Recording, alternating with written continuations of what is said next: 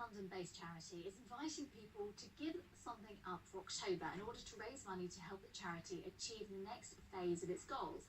The Transforming Autism project was set up last year by two men with personal stories about autism, and it aims to completely revolutionise how autism in young children is understood, managed and treated. Well, with me now are those two men that I'm talking about. We've got Guy Sahar here and Jill Plank. Hello to you. Hi. Okay, so first of all, I'd love to talk about your personal experiences, Guy. Maybe if we start with you, how it affected your life. Yeah. So when my son Daniel, he was perfectly what people would call normal. He had normal development in his first year. When he was 1, we started losing communication with him. He started completely disconnecting with us, so we couldn't reach him in any way. He was just lying on the floor all day. He resented any form of communication, and he had terrible meltdowns all the time at the slightest thing. We felt we were losing our son, basically. Sorry to interrupt, yeah. But Mum's still very young, isn't yes, it? very young. These symptoms. Yeah.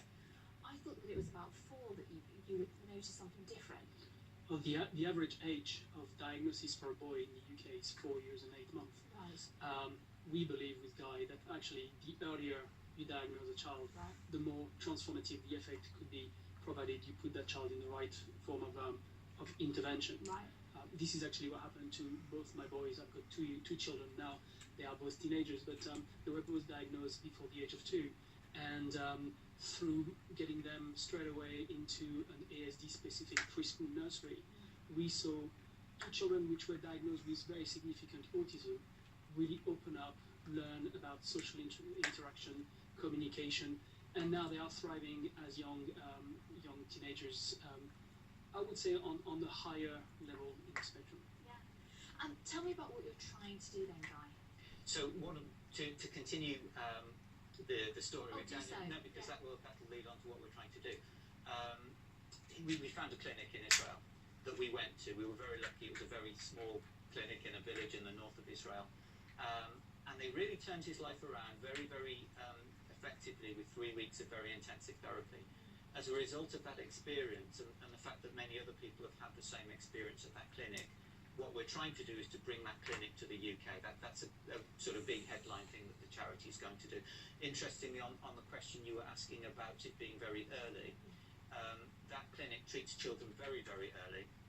And they did a survey a few years ago, a long-term study of children who'd been through the clinic, and they found that children who were treated there between the ages of 1 and 2 had really significantly better long-term outcomes than children treated between the ages of 2 and 3. So even at that very, very early age, there's a huge difference. And we really want to make diagnostics and treatment available much earlier for people in Britain.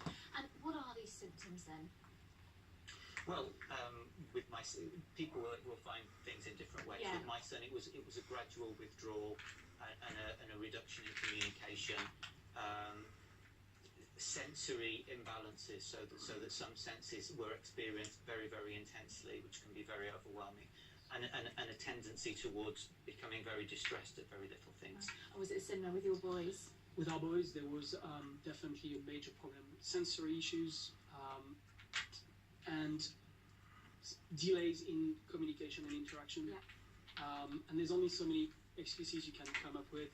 Eventually, you need to realize that something is not quite right in terms of communication, yeah. and this is where the flags started to be raised. Gentlemen, thank you very much indeed. I appreciate you sharing your stories. Thank you very much. We've got Jill and Guy there telling us all about it, and you can as well give something up, I understand, whether it's chocolate, coffee, bad jokes, whatever you like, you can give something up. And to find out more about this fantastic scheme, you can go to their website. It's transformingautism.org/give it up. Okay, thank you very much. Thank you. It is time